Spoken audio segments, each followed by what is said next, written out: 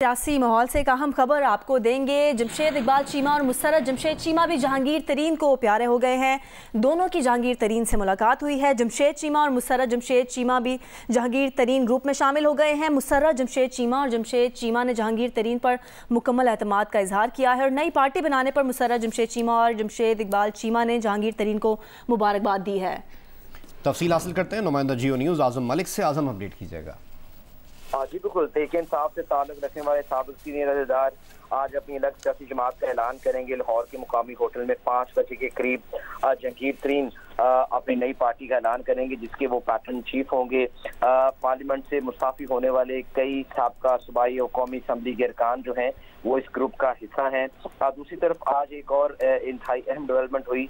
PTI छोड़ने वाली senior क़यादत जिसमें जमशेद चीमा और उनकी मिसेज सर जमशेद चीमा ने भी उड़ान भर ली है और वो जहांगीर तरीन से उनकी मुलाकात हुई है। इस मुलाकात में उनकी सियासी सूरत हाल पर गुफ्तगू की और मुसर्रत जमशेद चीमा और जमशेद चीमा ने जहांगीर तरीन पर मुकम्मल एतमाद का इजहार किया और उनके साथ चलने के अज़म का भी इजहार किया। नई पार्टी बनाने पर उन्होंने जहांगीर तरीन को मुबारक दी और आज ये तमाम अरकान जो हैं, जैसे मैंने पहले भी बताया, आज शाम मुकामी होटल में एक प्रेस कॉन्फ्रेंस में इसका ऐलान करेंगे। इससे पहले डेमोक्रेटिक अलायंस बना था, आपको याद होगा, मुराद राफ की क़यादत में। हाशिम डोगर ने आज एक बयान में कहा कि वो अब इस डेमोक्रेटिक अलायंस को तोड़ने का ऐलान कर रहे हैं, क्योंकि उसमें से बहुत सारे लोग जो हैं वो छोड़कर जहांगीर तरीन के पास चले गए। उनका ये भी कहना था अपने बयान में कि वो पीडीएम के खिलाफ अपनी जदोजहद जारी रखेंगे। अगर उनके साथ कोई रहता है ठीक, अगर नहीं फिर भी वो किसी अलायंस का हिस्सा नहीं बनेंगे। जी बहुत बहुत शुक्रिया नुमाइंदा जियो न्यूज़ आजम मलिक हमें अपडेट कर रहे थे। मुसर्रत चीमा और इनके शौहर जमशेद इकबाल चीमा ने तकरीबन 2 हफ्ता कबल एक प्रेस कॉन्फ्रेंस की थी, जिसमें सियासत से अलहदगी और पीटीआई छोड़ने का उन्होंने ऐलान किया था। लेकिन अब ताज़ा अपडेट यह है कि जमशेद चीमा और मुसर्रत चीमा ने जहांगीर तरीन से मुलाकात की है और जमशेद चीमा और मुसर्रत जमशेद चीमा भी जहांगीर तरीन ग्रुप में इस तरह शामिल हो गए हैं। मुसर्रत चीमा और जमशेद इकबाल चीमा ने जहांगीर तरीन पर मुकम्मल एतमाद का इजहार किया। और हाशिम डोगर ने डेमोक्रेट्स ग्रुप ख़त्म करने का ऐलान किया है। हाशिम डोगर का कहना है कि सब दोस्तों की मर्जी है कि अपने मुस्तकबिल से मुतालिक फ़ैसले करें। उन्होंने कहा है कि आखिरी वक्त तक पीडीएम के ख़िलाफ़ ही सियासत करूँगा, किसी जमात में शामिल नहीं हूँगा। और हाशिम डोगर ने पीटीआई छोड़ने वाले अरकान पर मुश्तमिल एक डेमोक्रेट्स का ग्रुप बनाया था। उन्होंने खुद ही इस ग्रुप को ख़त्म करने का ऐलान किया और कहा कि सब दोस्तों की मर्जी है कि अपने मुस्तकबिल से मुतालिक फ़ैसले करें। हाशिम डोगर ने डेमोक्रेट्स ग्रुप ख़त्म करने का ऐलान कर दिया है।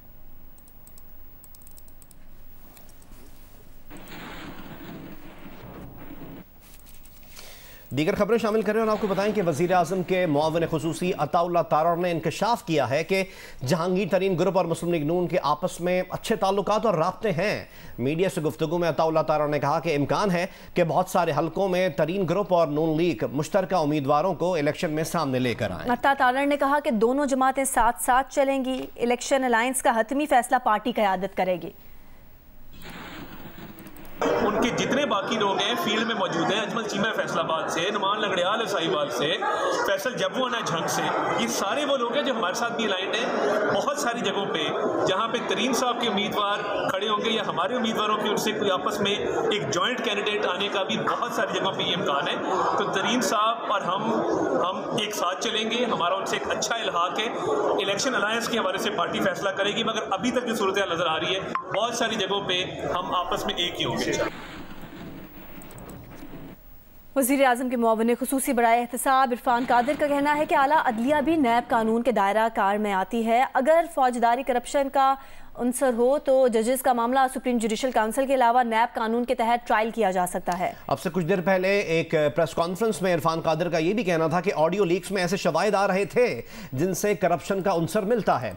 हुकूमत ने एहतियात से काम लिया, इन्हीं के बरादर जजेस का कमीशन बनाया। जजेस के पास मौका था कि वो कमीशन के सामने अपनी बेगुनाही साबित करते, लेकिन इसके बरक्स मर्जी का बेंच बनाकर कमीशन को कार्रवाई से ही रोक दिया गया।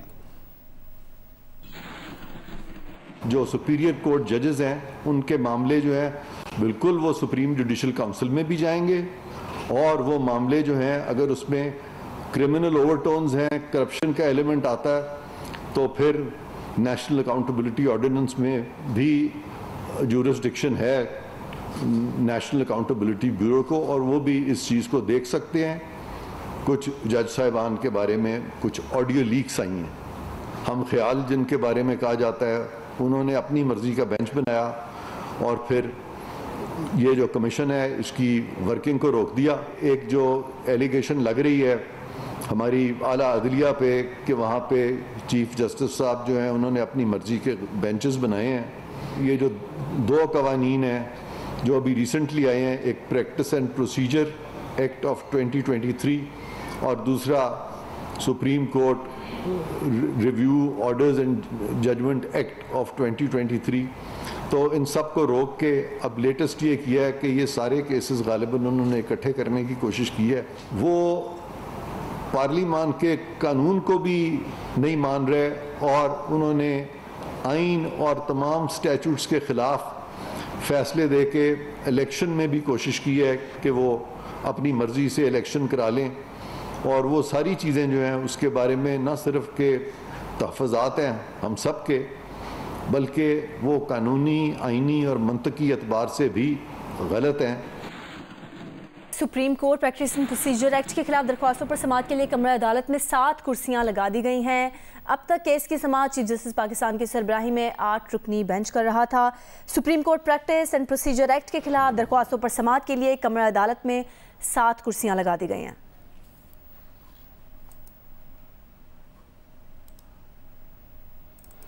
Supreme Court Practice and procedure Act के खिलाफ दरख्वास्तों पर समाअत आज होनी है और इस समाअत के लिए कमरा अदालत में 7 कुर्सियां लगाई गई हैं। अब तक इस केस की समाअत चीफ जस्टिस पाकिस्तान की सरबराही में 8 रुकनी बेंच कर रहा था। याद रहे कि वफाकी हुकूमत और पाकिस्तान बार ने इस मुकदमे में फुल कोर्ट बनाने की इस्तदा कर रखी है।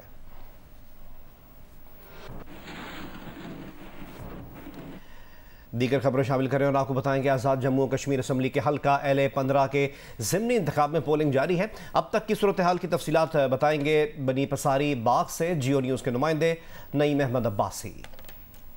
जी, आज़ाद जम्मू कश्मीर कानून साज असम्बली के हल्का LA-15 बाग 2 वस्ती बाग में ज़िमनी इलेक्शन पे जो पोलिंग का सिलसिला जारी है। साबिक़ वज़ीर-ए-आज़म सरदार तनवीर इलियास खान की अदालती नाअहली के बाद ये ज़िमनी इलेक्शन जो है यहाँ पे जारी है और काफ़ी गेमा गेमी हमने इसे इंतखाब में देखी। मरीम नवाज़ यहाँ पे तशरीफ़ लाई, बिलावल भुट्टो जरदारी यहाँ पे तशरीफ़ लाई, वफाकी वज़रा जो हैं वो भी यहाँ पे आए और आज पोलिंग का दिन है। सुबह 8 बजे से जो है वो पोलिंग का सिलसिला जारी है जो बगैर किसी वक्फे से शाम 5 बजे तक जारी रहेगा। इस वक्त तक अगर ओवरऑल बात की जाए तो पुरअमन पोलिंग हो रही है। हमने जो मुख्तलिफ पोलिंग स्टेशन विजिट किए हैं तो वहाँ पे जो टर्न आउट हमने देखा है कि वो इतना ज़्यादा नहीं था, चूँकि मौसम भी आज मौसम में शिद्दत है, मौसम आज गर्म है, तो इसलिए ये तवक्को की जा रही है कि लोग आहिस्ता आहिस्ता अपने घरों से निकलेंगे और शाम तक जो है लोग पोलिंग स्टेशन का रुख करेंगे। तो ओवरऑल इस वक्त जो लॉ एंड ऑर्डर की सिचुएशन की अगर बात की जाए तो पूरे हल्के में तकरीबन पुरअमन पोलिंग का सिलसिला जारी है जो शाम 5 बजे तक बगैर किसी वक्फे के जारी रहेगा।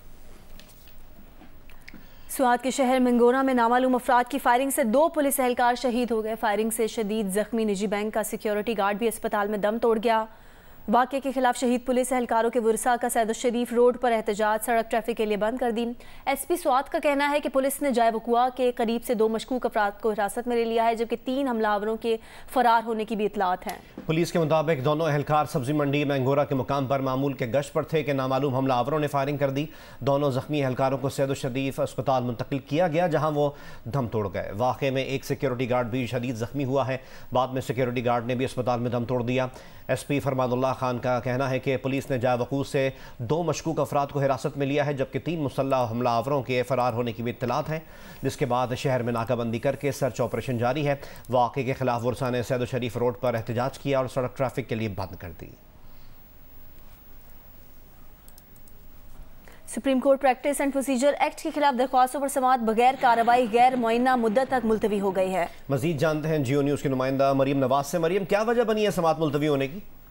जी, सुप्रीम कोर्ट के एक जज जो कि इस बेंच के रुकन है, supreme Court Practice and procedure Act के ऊपर समाअत करने वाले बेंच के जस्टिस शाहिद वहीद, उनकी कुछ तबीयत नासाज थी, जिसके बायस आज जो ये 8 रुकनी बेंच है ये समाअत नहीं कर सका।